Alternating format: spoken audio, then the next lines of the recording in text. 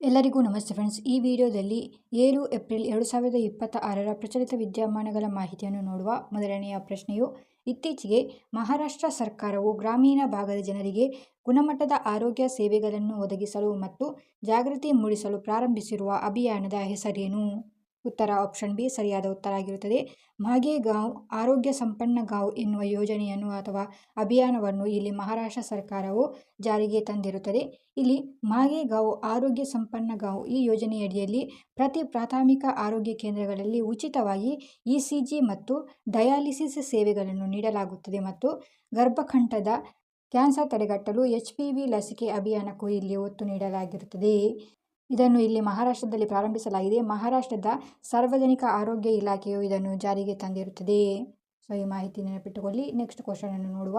ಭಾರತೀಯ ರೈಲ್ವೆಯು ಇತ್ತೀಚೆಗೆ ವಾಯ್ಸ್ ಅನೌನ್ಸ್ಮೆಂಟ್ ಮತ್ತು ಮಾಹಿತಿ ನೀಡುವ ವ್ಯವಸ್ಥೆಯಲ್ಲಿ ಸುಧಾರಣೆ ತರಲು ಯಾವ ಮೊಬೈಲ್ ಅಪ್ಲಿಕೇಶನ್ನೊಂದಿಗೆ ಸಮನ್ವಯ ಸಾಧಿಸಿದೆ? ಉತ್ತರ option C where is my train ಎನ್ನುವ ಒಂದು ಮೊಬೈಲ್ ಅಪ್ಲಿಕೇಶನ್ನೊಂದಿಗೆ ಸಮನ್ವಯವನ್ನು ಮಾಡಿರುತ್ತದೆ ಭಾರತೀಯ ರೈಲ್ವೆಯು. ಇದರ ಪ್ರಕಾರ ಈ ಆ್ಯಪ್ನಲ್ಲಿ ರೈಲುಗಳು ಎಲ್ಲಿವೆ, ಎಷ್ಟು ಸಮಯ ವಿಳಂಬವಾಗಲಿವೆ ಮತ್ತು ಮುಂದಿನ ನಿಲ್ದಾಣ ಯಾವುದು ಎಂಬ ಮಾಹಿತಿಗಳನ್ನು ಪ್ರಯಾಣಿಕರು ತಿಳಿದುಕೊಳ್ಳಬಹುದಾಗಿರುತ್ತದೆ. ಇದರ ಹೆಸರನ್ನು ನೆನಪಿಟ್ಟುಕೊಳ್ಳಿ, ವೇರ್ ಈಸ್ ಮೈ ಟ್ರೈನ್ ಎನ್ನುವ ಒಂದು ಆ್ಯಪ್ ಆಗಿರುತ್ತದೆ. ಇದೇ ರೀತಿ ರೈಲ್ವೆ ಇಲಾಖೆಯು ಇತ್ತೀಚೆಗೆ ಕವಚ್ ಎನ್ನುವ ಒಂದು ಆ್ಯಪನ್ನು ಬಿಡುಗಡೆ ಮಾಡಿತು. ಇದು ಕೂಡ ರೈಲು ಡಿಕ್ಕಿ ತಡೆ ತಂತ್ರಜ್ಞಾನ ಹೊಂದಿರುವ ಒಂದು ಆ್ಯಪ್ ಆಗಿರುತ್ತದೆ. ಹಾಗೆಯೇ ರೈಲ್ವೆ ಮದತ್ ಎನ್ನುವ ಒಂದು ಆ್ಯಪ್ ಕೂಡ ಜಾರಿ ತಂದಿದ್ದರು. ಇದು ದೂರು ನಿರ್ವಹಣೆ ಮಾಡುವ ಒಂದು ಅಪ್ಲಿಕೇಶನ್ ಆಗಿರುತ್ತದೆ. ಸೊ ಈ ಮಾಹಿತಿಯನ್ನು ನೆನಪಿಟ್ಟುಕೊಳ್ಳಿ. ನೆಕ್ಸ್ಟ್ ಕ್ವಶನ್ ಅನ್ನು ನೋಡುವ. ಅಥ್ಲೆಟಿಕ್ಸ್ ಇಂಟಿಗ್ರಿಟಿ ಯೂನಿಟ್ ಬಿಡುಗಡೆ ಮಾಡಿದ ಇತ್ತೀಚಿನ ವರದಿಯ ಪ್ರಕಾರ ಡೋಪಿಂಗ್ ನಿಯಮ ಉಲ್ಲಂಘನೆಯಿಂದಾಗಿ ಅತಿ ಹೆಚ್ಚು ಅಮಾನತುಗೊಂಡ ಕ್ರೀಡಾಪಟುಗಳನ್ನು ಹೊಂದಿರುವ ದೇಶಗಳ ಪಟ್ಟಿಯಲ್ಲಿ ಭಾರತವು ಯಾವ ದೇಶವನ್ನು ಹಿಂದಿಕ್ಕಿ ಮೊದಲ ಸ್ಥಾನದಲ್ಲಿದೆ? ಉತ್ತರವು ಆಪ್ಷನ್ ಬಿ ಆಗಿರುತ್ತದೆ. ಕೀನ್ಯಾ ದೇಶವನ್ನು ಹಿಂದಿಕ್ಕಿ ಭಾರತ ಇಲ್ಲಿ ಮೊದಲನೆಯ ಸ್ಥಾನದಲ್ಲಿದೆ. ಡೋಪಿಂಗ್ ನಿಯಮ ಉಲ್ಲಂಘನೆಯಲ್ಲಿ ಅತಿ ಹೆಚ್ಚು ಅಮಾನತುಗೊಂಡ ಕ್ರೀಡಾಪಟುಗಳಲ್ಲಿ ಭಾರತ ಮೊದಲನೆಯ ಸ್ಥಾನವನ್ನು ಪಡೆದುಕೊಂಡಿದೆ. ಎರಡನೆಯ ಸ್ಥಾನದಲ್ಲಿ ಕೀನ್ಯಾ ದೇಶ ಇದೆ. ಅಥ್ಲೆಟಿಕ್ಸ್ ಇಂಟಿಗ್ರಿಟಿ ಯೂನಿಟ್ ಬಿಡುಗಡೆ ಮಾಡಿರುವ ವರದಿಯಲ್ಲಿ ಇಲ್ಲಿ ಡೋಪಿಂಗ್ ಅಂದರೆ ಕ್ರೀಡಾಪಟುಗಳು ತಮ್ಮ ಕಾರ್ಯಕ್ಷಮತೆಯನ್ನು ಹೆಚ್ಚಿಸಲು ನಿಷೇಧಿತ ಉತ್ತೇಜಕ ಔಷಧಗಳನ್ನು ಬಳಸುವುದು ಡೋಪಿಂಗ್ ಎನ್ನಲಾಗುತ್ತದೆ. ಇಲ್ಲಿ ಇದನ್ನು ಮೇಲ್ವಿಚಾರಣೆ ಯಾರು ಮಾಡುತ್ತಾರೆ ಅಂದರೆ ಡೋಪಿಂಗನ್ನು ಅಂತಾರಾಷ್ಟ್ರೀಯ ಮಟ್ಟದಲ್ಲಿ AIU ಅಥ್ಲೆಟಿಕ್ಸ್ ಇಂಟೆಗ್ರಿಟಿ ಯೂನಿಟ್ ಮತ್ತು WADA ವರ್ಲ್ಡ್ ಆ್ಯಂಟಿ ಡೋಪಿಂಗ್ ಏಜೆನ್ಸಿ ಇವುಗಳನ್ನು ಮೇಲ್ವಿಚಾರಣೆ ಮಾಡುತ್ತದೆ. ಹಾಗೆಯೇ ಭಾರತದಲ್ಲಿ NADA ನ್ಯಾಷನಲ್ ಆ್ಯಂಟಿ ಡೋಪಿಂಗ್ ಏಜೆನ್ಸಿ ಪರೀಕ್ಷಿಸುತ್ತದೆ. ಸೊ ಈ ಮಾಹಿತಿ ನೆನಪಿಟ್ಟುಕೊಳ್ಳಿ. ನೆಕ್ಸ್ಟ್ ಕ್ವಶನ್ ಅನ್ನು ನೋಡುವ. ಭಾರತೀಯ ಕೃಷಿ ಸಂಶೋಧನಾ ಸಂಸ್ಥೆಯು ಇತ್ತೀಚೆಗೆ ಹವಾಮಾನ ವೈಪರೀತ್ಯವನ್ನು ತಡೆದುಕೊಳ್ಳುವ ಮತ್ತು ಹೆಚ್ಚಿನ ಇಳುವರಿ ನೀಡುವ ಯಾವ ಹೊಸ ಗೋಧಿ ತಳಿಯನ್ನು ಅಭಿವೃದ್ಧಿಪಡಿಸಿದೆ? ಉತ್ತರ ಆಪ್ಷನ್ ಎ ಆಗಿರುತ್ತದೆ.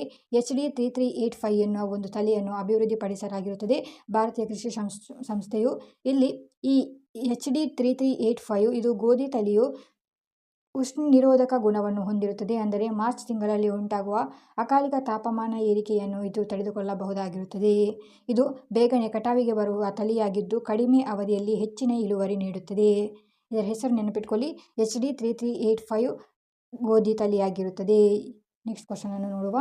ಇತ್ತೀಚೆಗೆ ನಡೆದ ಹರಾಜಿನಲ್ಲಿ ರಾಜಾ ರವಿವರ್ಮ ಅವರ ಯಾವ ಪ್ರಸಿದ್ಧ ತೈಲ ವರ್ಣಚಿತ್ರವು 16.7 ಕೋಟಿಗೂ ಹೆಚ್ಚು ಮೊತ್ತಕ್ಕೆ ಮಾರಾಟವಾಗುವ ಮೂಲಕ ಅವರ ಕಲಾಕೃತಿಗಳಲ್ಲಿ ಹೊಸ ದಾಖಲೆಯನ್ನು ಬರೆದಿದೆ? ಇಲ್ಲಿ ಉತ್ತರವು ಯಶೋಧ ಮತ್ತು ಕೃಷ್ಣನ ತೈಲವರ್ಣ ಚಿತ್ರವಾಗಿರುತ್ತದೆ. ಇದರ ಬಗ್ಗೆ ಮಾಹಿತಿ. ಭಾರತದ ಶ್ರೇಷ್ಠ ಚಿತ್ರಕಾರರಾದ ರಾಜಾ ರವಿವರ್ಮ ರಚಿಸಿದ ಯಶೋಧ ಮತ್ತು ಕೃಷ್ಣನ ತೈಲವರ್ಣ ಚಿತ್ರವು ದಾಖಲೆಯ 167.20 ಕೋಟಿಗೆ ಹರಾಜಾಗಿರುತ್ತದೆ. ಈ ಮೂಲಕ ಅತಿ ಹೆಚ್ಚಿನ ಬೆಲೆಗೆ ಹರಾಜಿಗೆ ಮಾರಾಟವಾದ ಆಧುನಿಕ ಭಾರತದ ಚಿತ್ರ ಎಂಬ ದಾಖಲೆಯನ್ನು ಕೂಡ ಬರೆದಿದೆ. ಚಿತ್ರ ಯಾವುದು ಅಂದರೆ ಯಶೋಧ ಮತ್ತು ಕೃಷ್ಣನ ತೈಲವರ್ಣ ಆಗಿರುತ್ತದೆ. ಯಾರು ಇದನ್ನು ಬಿಡಿಸಿದ್ದು ಅಂದರೆ ಚಿತ್ರಕಾರ ರಾಜಾ ರವಿವರ್ಮ. ಇದು ಎಷ್ಟು ಬೆಲೆಗೆ ಮಾರಾಟವಾಯಿತು ಅಂದರೆ 167.20 ಕೋಟಿಗೆ ಮಾರಾಟವಾಗಿತ್ತು ಅಥವಾ ಹರಾಜಾಗಿರುತ್ತದೆ.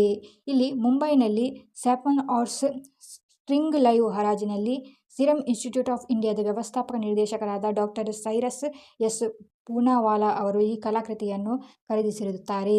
ಸೊ ಈ ಮಾಹಿತಿ ನೆನಪಿಟ್ಟುಕೊಳ್ಳಿ. ನೆಕ್ಸ್ಟ್ ಕ್ವಶನ್ ಅನ್ನು ನೋಡುವ. ಇತ್ತೀಚೆಗೆ ಭಾರತೀಯ ನೌಕಾಪಡೆಗೆ ಸೇರ್ಪಡೆಗೊಂಡ ಭಾರತದ 3ನೇ ಅಣುಶಕ್ತಿ ಚಾಲಿತ ಬ್ಯಾಲಿಸ್ಟಿಕ್ ಕ್ಷಿಪಣಿ ಸಬ್ ಮರೀನ್ ಯಾವುದು? ಉತ್ತರ ಆಪ್ಷನ್ ಸಿ ಆಗಿರುತ್ತದೆ. INS ಅರಿದಮನ್ ಆಗಿರುತ್ತದೆ. 3ನೇ ಅಣುಶಕ್ತಿ ಚಾಲಿತ ಬ್ಯಾಲಿಸ್ಟಿಕ್ ಕ್ಷಿಪಣಿ ಸಬ್ಮರೀನ್ ಇದು ಆಗಿದೆ, INS ಅರಿದಮನ್. ಇಲ್ಲಿ 3ನೇ ಅಣುಶಕ್ತಿ INS ಅರಿದಮಾನ್ ಆದರೆ ಇನ್ನೂ 2 ಯಾವುದು ಅಂದರೆ ಮೊದಲನೇದಾಗಿ INS ಅರಿಹಂತ್ ಮತ್ತು ಎರಡನೇದಾಗಿ INS ಅರಿಘಾಟ್. ಇದು 2 ಅಣುಶಕ್ತಿ ಚಾಲಿತ ಬ್ಯಾಲಿಸ್ಟಿಕ್ ಕ್ಷಿಪಣಿಗಳಾಗಿರುತ್ತದೆ. ಈಗ ಮೂರನೆಯ ಅಣುಶಕ್ತಿ ಚಾಲಿತ ಬ್ಯಾಲಿಸ್ಟಿಕ್ ಕ್ಷಿಪಣಿ INS ಅರಿದಮನ್ ಆಗಿರುತ್ತದೆ. ಇಲ್ಲಿ INS ಅರಿದಮನ್ ಬಗ್ಗೆ ಮಾಹಿತಿ. ಇದು ಅರಿಹಂತ್ ವರ್ಗದ ಅಡಿಯಲ್ಲಿ ಬರುತ್ತದೆ. K-15 ಮತ್ತು K-4 ನಂತಹ ದೀರ್ಘ ವ್ಯಾಪ್ತಿಯ ಬ್ಯಾಲಿಸ್ಟಿಕ್ ಕ್ಷಿಪಣಿಗಳನ್ನು ಹೊತ್ತೊಯ್ಯುವ ಸಾಮರ್ಥ್ಯವು ಈ INS ಅರಿದಮನ್ಗೆ ಇರುತ್ತದೆ. ಸೊ ಈ ಮಾಹಿತಿ ನೆನಪಿಟ್ಟುಕೊಳ್ಳಿ. ನೆಕ್ಸ್ಟ್ ಕ್ವಶನ್ ನೋಡುವ. ಇತ್ತೀಚೆಗೆ ಯುರೋಪಿನಾದ್ಯಂತ ಹರಡುತ್ತಿದ್ದು ಕೋಳಿ ಸಾಕಾಣಿಕೆ ವಲಯದಲ್ಲಿ ಆತಂಕ ಮೂಡಿಸಿರುವ ನ್ಯೂಕಾಸೆಲ್ ಕಾಯಿಲೆ ಯಾವ ಜೀವಿಗಳಿಂದ ಹರಡುವ ಸಾಂಕ್ರಾಮಿಕ ರೋಗವಾಗಿರುತ್ತದೆ? ಉತ್ತರವು ಆಪ್ಷನ್ ಬಿ, ಪಕ್ಷಿಗಳಿಂದ ಹರಡುವ ಒಂದು ಸಾಂಕ್ರಾಮಿಕ ರೋಗ ಇದಾಗಿರುತ್ತದೆ. ನ್ಯೂಕಾಸೆಲ್ ಕಾಯಿಲೆಗಳು ಪಕ್ಷಿಗಳಲ್ಲಿ ಕಂಡುಬರುವ ಅತ್ಯಂತ ಸಾಂಕ್ರಾಮಿಕ ಮತ್ತು ಮಾರಕವಾದ ವೈರಾಣು ಕಾಯಿಲೆಯಾಗಿದೆ. ಇದು ಪ್ರಮುಖವಾಗಿ ಕೋಳಿಗಳು ಮತ್ತು ಇತರ ಹಕ್ಕಿಗಳಿಗೆ ಹರಡುತ್ತವೆ. ನೆಕ್ಸ್ಟ್ ಕ್ವಶನ್ ಅನ್ನು ನೋಡುವ. ನ್ಯೂಯಾರ್ಕ್ನಲ್ಲಿ ನಡೆದ ವಿಶ್ವ ಆರ್ಚರಿ ಪ್ಯಾರಾ ಸರಣಿಯಲ್ಲಿ ಭಾರತವು ಒಟ್ಟು 16 ಪದಕಗಳನ್ನು ಗೆದ್ದಿದೆ. ಇದರಲ್ಲಿ ಭಾರತ ಪಡೆದ ಚಿನ್ನದ ಪದಕಗಳ ಸಂಖ್ಯೆ ಎಷ್ಟು? ಉತ್ತರವು ಆಪ್ಷನ್ ಬಿ ಆಗಿರುತ್ತದೆ. 7 ಚಿನ್ನದ ಪದಕವನ್ನು ಇಲ್ಲಿ ಭಾರತ ಪಡೆದುಕೊಂಡಿದೆ. ಥೈಲ್ಯಾಂಡ್ನ ಬ್ಯಾಂಕಾಕ್ನಲ್ಲಿ ನಡೆದ ವಿಶ್ವ ಆರ್ಚರಿ ಪ್ಯಾರಾ ಸರಣಿಯಲ್ಲಿ ಭಾರತೀಯ ಬಿಲ್ಲುಗಾರರು ಅದ್ಭುತ ಪ್ರದರ್ಶನ ನೀಡಿ 16 ಪದಕಗಳನ್ನು ಗೆದ್ದಿದ್ದರು. ಇದರಲ್ಲಿ 7 ಚಿನ್ನದ ಪದಕ, 5 ಬೆಳ್ಳಿ ಪದಕ ಮತ್ತು 4 ಕಂಚಿನ ಪದಕಗಳನ್ನು ಗೆದ್ದಿರುತ್ತಾರೆ. ನೆಕ್ಸ್ಟ್ ಕ್ವಶನ್ ನೋಡುವ. ಇತ್ತೀಚೆಗೆ ಯಾವ ರಾಜ್ಯ ಸರ್ಕಾರವು ತನ್ನ ರಾಜ್ಯದ ಕೈಮಗ್ಗ ಮತ್ತು ಪವರ್ ಲೂಮ್ ನೇಕಾರರಿಗೆ ಉಚಿತ ವಿದ್ಯುತ್ ಯೋಜನೆಯನ್ನು ಘೋಷಿಸಿರುತ್ತದೆ? ಉತ್ತರವು ಆಪ್ಷನ್ ಡಿ ಆಗಿರುತ್ತದೆ. ಉತ್ತರ ಪ್ರದೇಶ ಸರ್ಕಾರವು ಕೈಮಗ್ಗ ಮತ್ತು ಪವರ್ ಲೂಮ್ ನೇಕಾರರಿಗೆ ಉಚಿತ ವಿದ್ಯುತ್ ಯೋಜನೆಯನ್ನು ಇಲ್ಲಿ ಘೋಷಿಸಿದೆ. ಈ ಯೋಜನೆಯಡಿಯಲ್ಲಿ ಕೈಮಗ್ಗ ನೇಕಾರರಿಗೆ ಸಂಪೂರ್ಣ ಉಚಿತ ವಿದ್ಯುತ್ ನೀಡಲಾಗುತ್ತದೆ. ಹಾಗೆಯೇ ಪವರ್ ಲೂಮ್ ನೇಕಾರರಿಗೆ ನಿಗದಿತ ಯೂನಿಟ್ಗಳವರೆಗೆ ಸಬ್ಸಿಡಿ ದರದಲ್ಲಿ ಅಥವಾ ರಿಯಾಯಿತಿ ದರದಲ್ಲಿ ವಿದ್ಯುತ್ ಒದಗಿಸಲಾಗುತ್ತದೆ.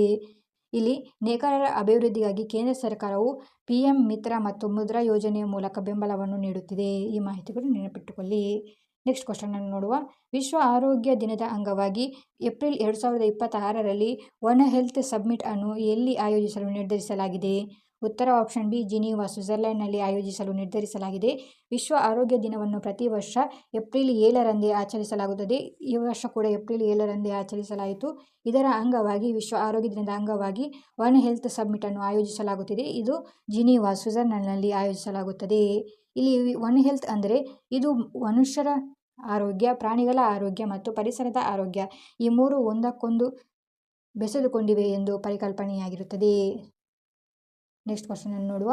ಭಾರತ ಸರ್ಕಾರವು ಇತ್ತೀಚೆಗೆ ಯಾವ ಉದ್ದೇಶಕ್ಕಾಗಿ ಮಿಷನ್ ಮೌಸಮ್ ಎಂಬ ಮಹತ್ವಾಕಾಂಕ್ಷೆಯ ಯೋಜನೆಯನ್ನು ಪ್ರಾರಂಭಿಸಿದೆ? ಉತ್ತರ ಆಪ್ಷನ್ ಬಿ, ಹವಾಮಾನ ಮುನ್ಸೂಚನೆ ಮತ್ತು ಹವಾಮಾನ ನಿರ್ವಹಣಾ ಸಾಮರ್ಥ್ಯವನ್ನು ಹೆಚ್ಚಿಸಲು ಮಿಷನ್ ಮೌಸಮ್ ಎಂಬ ಮಹತ್ವಾಕಾಂಕ್ಷೆಯ ಯೋಜನೆಯನ್ನು ಪ್ರಾರಂಭಿಸಿರುತ್ತದೆ.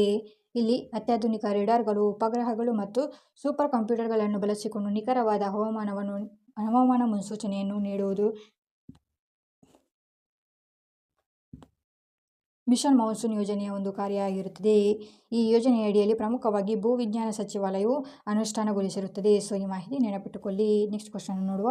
ಇತ್ತೀಚೆಗೆ ಯಾವ ರಾಜ್ಯ ಸರ್ಕಾರವು ತನ್ನ ರಾಜ್ಯದಲ್ಲಿ ಜಾತಿ ಆಧಾರಿತ ಸಾಮಾಜಿಕ ಆರ್ಥಿಕ ಸಮೀಕ್ಷೆಯನ್ನು ನಡೆಸುವುದಾಗಿ ಘೋಷಿಸಿದೆ? ಉತ್ತರ ಆಪ್ಷನ್ ಸಿ, ಪಂಜಾಬ್ ರಾಜ್ಯವು ಜಾತಿ ಆಧಾರಿತ ಸಾಮಾಜಿಕ ಆರ್ಥಿಕ ಸಮೀಕ್ಷೆಯನ್ನು ನಡೆಸುವುದಾಗಿ ಘೋಷಿಸಿರುತ್ತದೆ.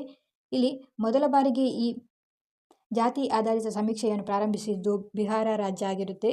ಮೊದಲ ಬಾರಿಗೆ ಬಿಹಾರ ರಾಜ್ಯವು ಜಾತಿ ಆಧಾರಿತ ಸಮೀಕ್ಷೆಯನ್ನು ರಾಜ್ಯದಲ್ಲಿ ಘೋಷಿಸಿತು. ನಂತರದಲ್ಲಿ ಆಂಧ್ರ ಪ್ರದೇಶ ನಡೆಸಿತು. ಈಗ ಪಂಜಾಬ್ ರಾಜ್ಯವು ಜಾತಿ ಆಧಾರಿತ ಸಮೀಕ್ಷೆಯನ್ನು ನಡೆಸುತ್ತಿದೆ.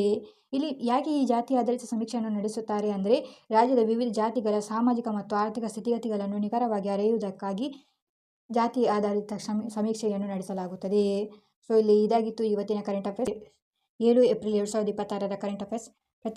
ಪ್ರಚಲಿತ ವಿದ್ಯಮಾನಗಳಿಗಾಗಿ ನಮ್ಮ ಚಾನಲನ್ನು ಸಬ್ಸ್ಕ್ರೈಬ್ ಮಾಡಿಕೊಳ್ಳಿ. Thank you.